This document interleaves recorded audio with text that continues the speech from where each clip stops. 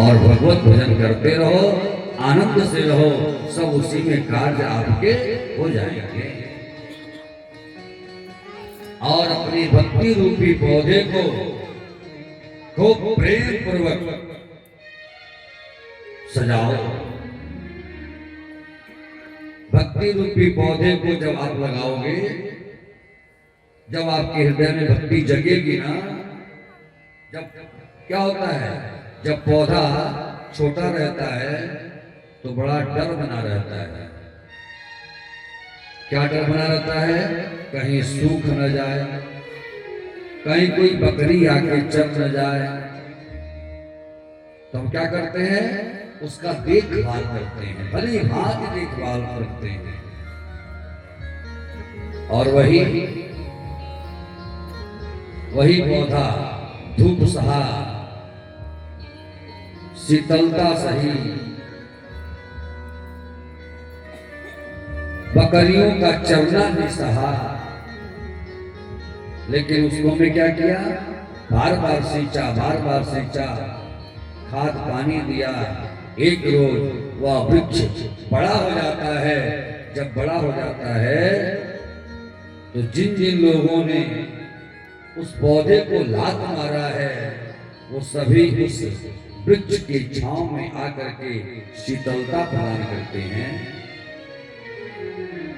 ठीक उसी तरह से हमारे अंदर जब भक्ति रूपी पौधा जब उगती है तो उस पर सांसारिक कुतर्क रूपी बकरियां अपना प्रहार करती हैं।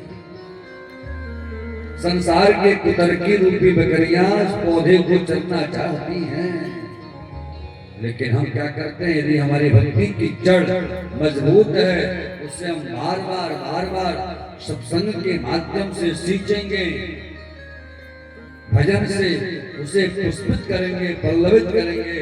एक रोज हमारी भक्ति एक पराकाष्ठा बन जाएगी, एक बहुत बड़ा वृक्ष बन जाएगा।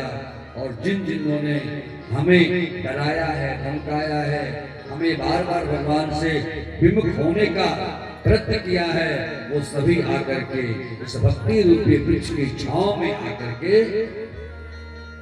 शांति लेंगे।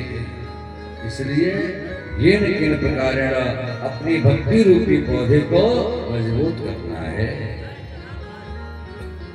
बोलो भगवत भगवान की।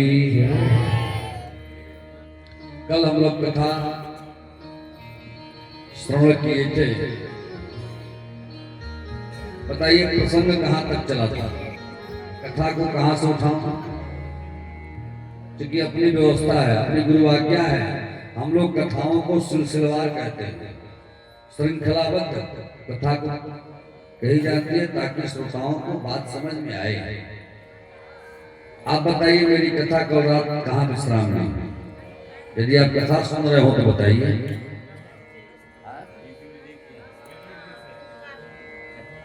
विश्राम कहाँ ली है कथा?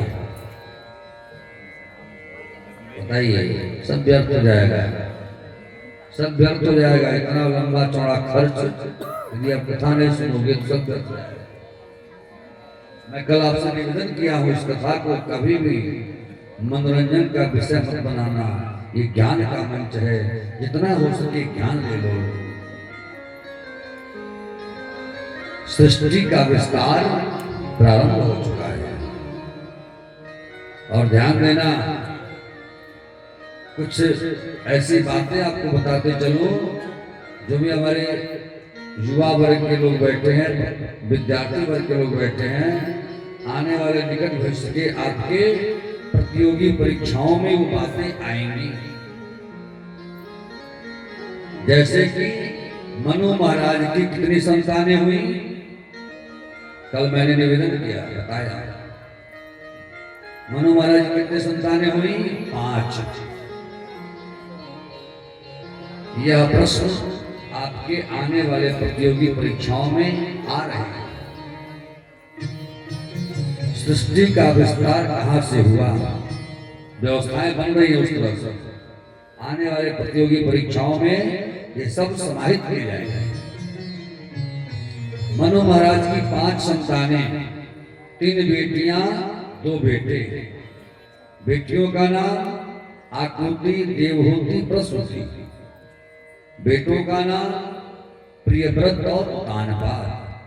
इन्हीं 5 संतानों से सृष्टि का विस्तार हुआ है।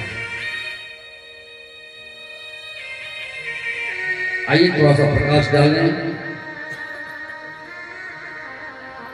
जो मनु महाराज की जो 3 बेटियां हैं, उसमें जो मझली बेटी है उसका नाम है